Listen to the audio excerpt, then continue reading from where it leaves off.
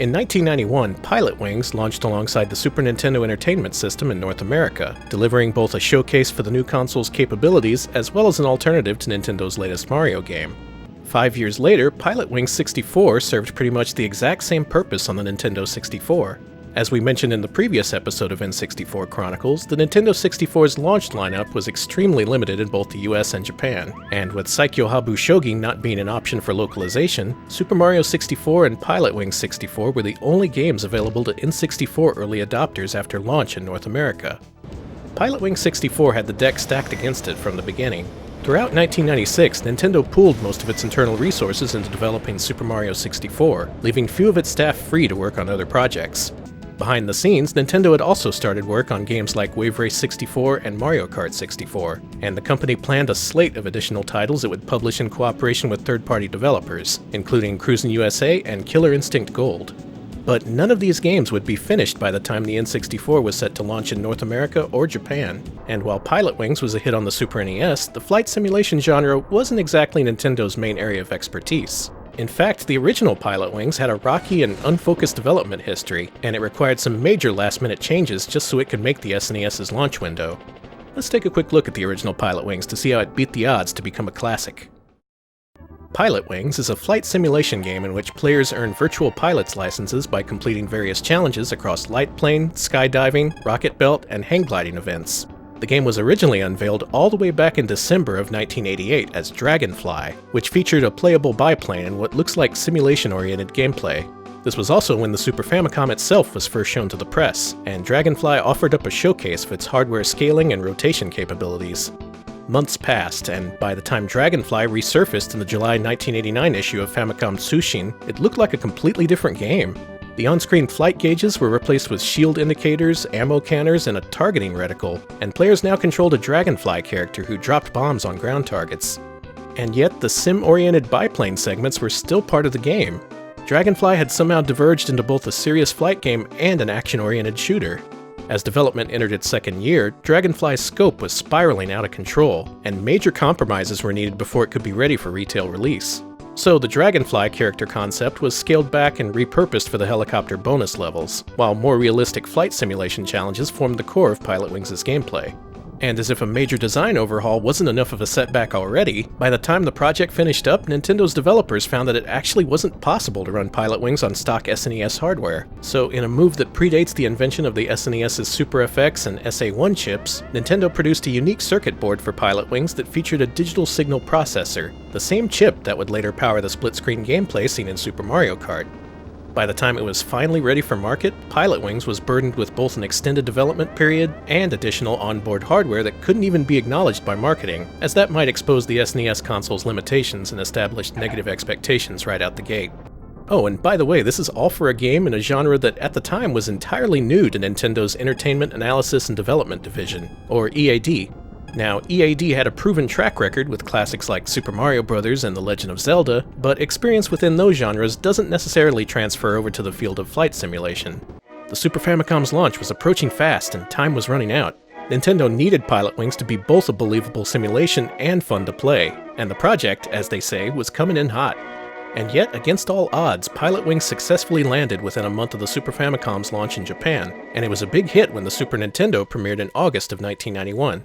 Its attempts at representing concepts like velocity and momentum were pretty convincing for a console game at the time, and the laid-back flight school aesthetic and chill soundtrack did their part to keep you from flipping out after the 20th time you failed to land the goddamn plane! But yeah, Pilotwings earned a unique place in Nintendo's history, and it remains one of the most memorable early releases for the Super NES and Super Famicom. Fast forward 5 years, and Nintendo EAD had scaled up to 3D game production. Having just wrapped development of Super Mario 64, much of its creative staff immediately shifted to working on other first-party projects, and there was little hope that Nintendo EAD could produce a Pilotwings sequel that was both as groundbreaking and as playable as the original game, or at least not without some help. Enter Paradigm Simulation, a Texas-based computer graphics company that specialized in military training applications and virtual reality. It's interesting to note that Paradigm wasn't actually a video game developer at the time. Rather, it produced realistic simulators for its partner companies, including Boeing, Lockheed Martin, and NASA. Nintendo was impressed with Paradigm's work, and took particular note of its experience with Silicon Graphics technology, which coincidentally formed the backbone of the Nintendo 64's console hardware. Seeing an opportunity, Nintendo invited Paradigm to be part of its dream team of partner developers and publishers who had pledged their support for the N64. Paradigm agreed, and that's how Pilotwings 64 was produced in a once-in-a-lifetime partnership between a Texas flight simulation studio and Nintendo EAD in Japan. Pilotwings 64 reviewed well at launch here in the States. Next Generation actually gave it 5 stars, the same score it gave Super Mario 64. They claimed that its graphics were the most impressive 3D ever seen on a console. Electronic Gaming Monthly was a little bit less enthused, but still gave it a gold award for averaging a score above an 8 out of 10. Reviewer Dan Shu downplays it as a visually updated version of the old Pilotwings, but admits that it's a solid title that'll be worth your cash. Spelled with a $sign? GameFan also gave Pilotwings 64 high marks, praising it as the correct way to make a game, whatever that means. Indeed, Nintendo had corrected many of the original game's flaws, and Pilotwings got a massive graphical upgrade on its way to the Nintendo 64. The Mode 7 backgrounds are now 3D rendered maps that feature rocky terrain and realistic hills and valleys, in addition to environmental details like skyscrapers and industrial structures. The game world actually feels populated and lived in this time around. It's a pretty obvious upgrade from 16-bit consoles, and it's a very capable demonstration of the N64's graphical capabilities. Gameplay-wise, Pilotwings 64 is pretty fun. Like the original game, you're given control over several aircraft, and it has a variety of events in which you're judged for speed, accuracy, and whether or not you crash the plane again! One thing you might notice right away is that Pilotwings 64 is much more lenient in terms of how you progress through classes. The Super Nintendo Pilotwings used passwords, and players needed to get passing grades across multiple challenges in a row to progress.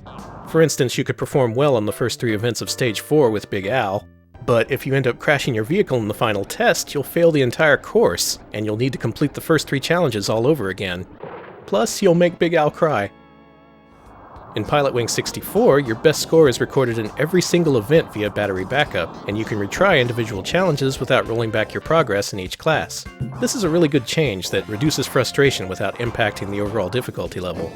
At the same time, Pilotwings 64 doubled down on some of my least favorite parts of the original game. I didn't much enjoy the hang glider events in the original Pilotwings because of how unintuitive it is to control.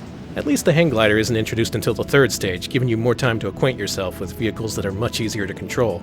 But Pilotwings 64 starts throwing hang glider missions at you right at the beginning of the game, and these events make up roughly a third of the total number of challenges on the cartridge. Despite Nintendo's efforts, the hang glider is still easily the weakest part of the game. The glider missions just aren't that interesting. Most of them ask you to ride air currents to reach a certain altitude, and then you land. Exciting. And these levels take forever! You'll feel your eyes glaze over as you stare at your character's 4-polygon butt, waiting for the glider to slowly reach the next gust of wind in the distance. And I still don't know how landing works. It only uses one button, and yet it's still really hard to touch down without slamming into the ground and breaking your pilot's legs. Broken bones are a score penalty, by the way.